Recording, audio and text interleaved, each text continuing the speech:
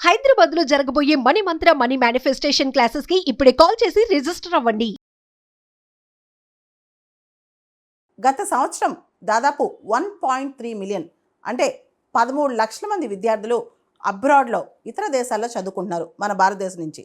అదే చైనా విషయానికి వస్తే దాదాపు 1 మిలియన్ అనమాట, అంటే 10 లక్షల మంది విద్యార్థులు బయట దేశాల్లో చదువుకుంటున్నారు. అయితే భారతదేశ విద్యార్థులకు సంబంధించి ఎవరైతే ఫారెన్లో చదువుకుంటున్నారో వాళ్ళకి సంబంధించి వాళ్ళ సేఫ్టీ కన్సర్న్ మీద ప్రయారిటీ ఇస్తామని చెప్పి జయశంకర్ గారు ఈ మధ్య రాజ్యసభకి తెలిపారనమాట. అంతేకాదు, అవసరమైతే వాళ్ళకి స్పెషల్ ఫ్లైట్స్ కూడా రన్ చేస్తాం, వాళ్ళని భారతదేశానికి సేఫ్గా తీసుకొస్తామని. మనం చూసాం అమెరికాలో పరిస్థితులు ఎలా ఉన్నాయో. వీటన్నిటికి సంబంధించి ఒక కన్సర్న్ కెనడాలో, అమెరికాలో, కొన్ని యూరోపియన్ కంట్రీస్లో ఇండియన్ విద్యార్థులు ఉద్యోగాలు లేక, కనీసం పార్ట్ టైం జాబ్స్ లేక, ఇక్కడ బ్యాంకుల్లో లోన్స్ పెట్టి చదువుకోవడానికి ఫారెన్ వెళ్ళి అక్కడ కనీసం పార్ట్ టైం జాబ్స్ లేక అల్లాడిపోతున్నారనమాట. ఈ పరిస్థితిలో విదేశాల్లో చదువుకునే భారతీయ విద్యార్థులకు అండగా ఉంటామని చెప్పి ఎక్స్టర్నల్ అఫైర్స్ మినిస్టర్ ప్రకటించారు. భారతీయ విద్యార్థులు అమెరికాలో 3,30,000 మంది, కెనడాలో 4 లక్షల మందికి పైగా చదువుతున్నారనమాట.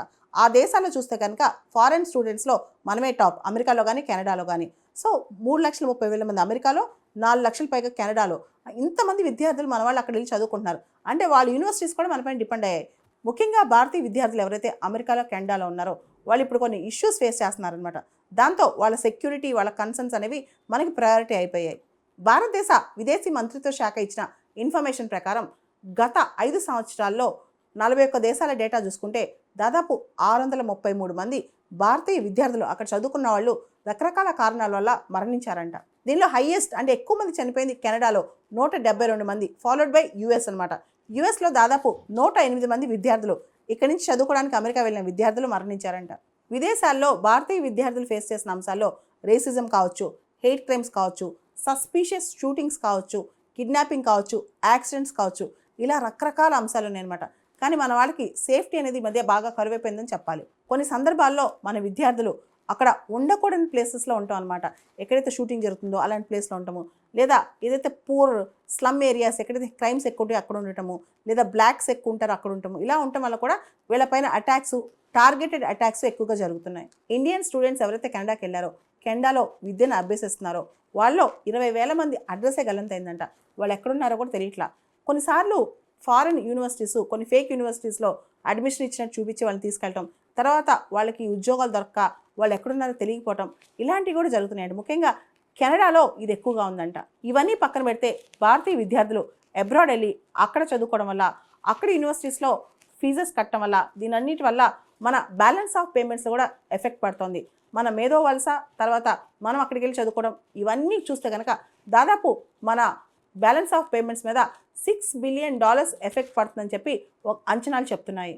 భారతదేశంలోని అనేక మంది విద్యార్థులు స్టడీ బేస్డ్ మైగ్రేషన్ చదువుకోవడానికి అబ్రాడ్ వెళ్ళి అమెరికా కానీ, కెనడా కానీ, ఆస్ట్రేలియా కానీ, యూకే కానీ ఇలా చాలా దేశాలకు వెళ్ళి అక్కడే ఇంకా లైఫ్ చాయిస్, వాళ్ళు అక్కడే ఉందాం, లైఫ్ అక్కడే సెటిల్ అవుదాం అని ఆలోచనతో వెళ్తారనమాట.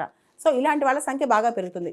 కేవలం 2022 సంవత్సరంలోనే దాదాపు 2,25,000 మంది భారతీయులు వాళ్ళ భారతీయ పౌరసత్వాన్ని వదులుకున్నారంట. అంటే మన పౌరసత్వం వదులుకుని విదేశీ పౌరసత్వం మీద మనకి మోజు బాగా పెరిగిపోయింది. నేను అమెరికన్ సిటిజన్ అవ్వాలి, ఆస్ట్రేలియన్ సిటిజన్ అవ్వాలి, బ్రిటిష్ సిటిజన్ అవ్వాలి, ఇవి ఎక్కువైపోయినాయి అనమాట. ఈ మోజు వల్లే మన విద్యార్థులు ఇప్పుడు కొత్తగా వెళ్ళిన వాళ్ళు అక్కడ ఇబ్బంది పడుతున్నారనమాట. మన వైస్ ప్రెసిడెంట్ జగదీప్ ధన్కర్ ఒక మాట అన్నారు, going abroad is a new disease among children. యూత్లో విదేశీ యానం అనేది ఒక కొత్తగా అంటుకుంది, ఒక రోగం లాగా అని చెప్పలేం. కానీ బెటర్ లైఫ్ స్టైల్ కోసం, బెటర్ చాయిసెస్ కోసం, బెటర్ లివింగ్ స్టాండర్డ్స్ కోసం విదేశాలకు వెళ్ళాలనుకోవడం తప్పులేదు. కానీ అక్కడ కష్టాలు పడుతూ కూడా బతుకు ఈడ్చుకోవడం అనేది తప్పు.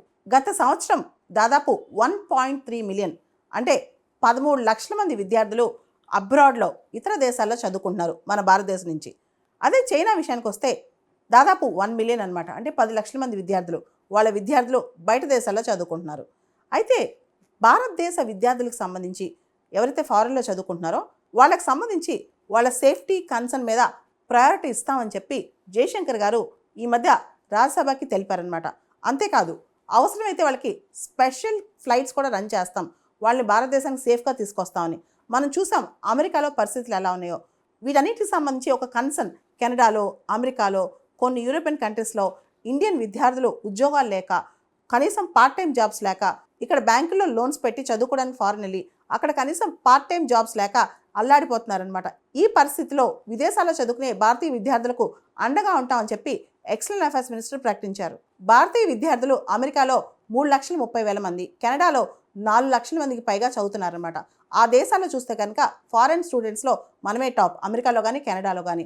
సో 3,30,000 మంది అమెరికాలో, 4 లక్షల పైగా కెనడాలో. ఇంతమంది విద్యార్థులు మన వాళ్ళు అక్కడ వెళ్ళి చదువుకుంటున్నారు అంటే వాళ్ళ యూనివర్సిటీస్ కూడా మనపైన డిపెండ్ అయ్యాయి.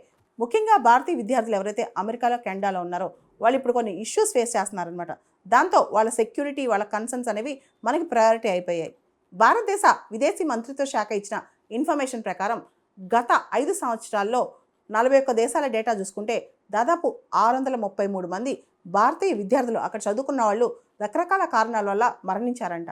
దీనిలో హైయెస్ట్ అంటే ఎక్కువ మంది చనిపోయింది కెనడాలో 172 మంది, ఫాలోడ్ బై యుఎస్ అనమాట. యుఎస్లో దాదాపు 108 మంది విద్యార్థులు ఇక్కడి నుంచి చదువుకోవడానికి అమెరికా వెళ్ళిన విద్యార్థులు మరణించారంట. విదేశాల్లో భారతీయ విద్యార్థులు ఫేస్ చేసిన అంశాల్లో రేసిజం కావచ్చు, హేట్ క్రైమ్స్ కావచ్చు, సస్పీషియస్ షూటింగ్స్ కావచ్చు, కిడ్నాపింగ్ కావచ్చు, యాక్సిడెంట్స్ కావచ్చు, ఇలా రకరకాల అంశాలు ఉన్నాయన్నమాట. కానీ మన వాళ్ళకి సేఫ్టీ అనేది ఈ మధ్య బాగా కరువైపోయిందని చెప్పాలి. కొన్ని సందర్భాల్లో మన విద్యార్థులు అక్కడ ఉండకూడని ప్లేసెస్లో ఉంటాం అనమాట. ఎక్కడైతే షూటింగ్ జరుగుతుందో అలాంటి ప్లేస్లో ఉంటాము, లేదా ఏదైతే పూర్ స్లమ్ ఏరియాస్ ఎక్కడైతే క్రైమ్స్ ఎక్కువ ఉంటాయో అక్కడ ఉండటము, లేదా బ్లాక్స్ ఎక్కువ ఉంటారో అక్కడ ఉంటాము. ఇలా ఉండటం వల్ల కూడా వీళ్ళపైన అటాక్స్, టార్గెటెడ్ అటాక్స్ ఎక్కువగా జరుగుతున్నాయి. ఇండియన్ స్టూడెంట్స్ ఎవరైతే కెనడాకి వెళ్ళారో, కెనడాలో విద్యను అభ్యసిస్తున్నారో వాళ్ళు 20,000 మంది అడ్రస్సే గల్లంతైందంట. వాళ్ళు ఎక్కడున్నారో కూడా తెలియట్లా.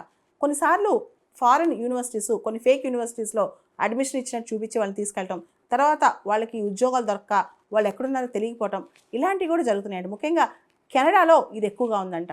ఇవన్నీ పక్కన పెడితే భారతీయ విద్యార్థులు అబ్రాడ్ వెళ్ళి అక్కడ చదువుకోవడం వల్ల, అక్కడ యూనివర్సిటీస్లో ఫీజెస్ కట్టడం వల్ల, దీనన్నిటి వల్ల మన బ్యాలెన్స్ ఆఫ్ పేమెంట్స్ కూడా ఎఫెక్ట్ పడుతుంది.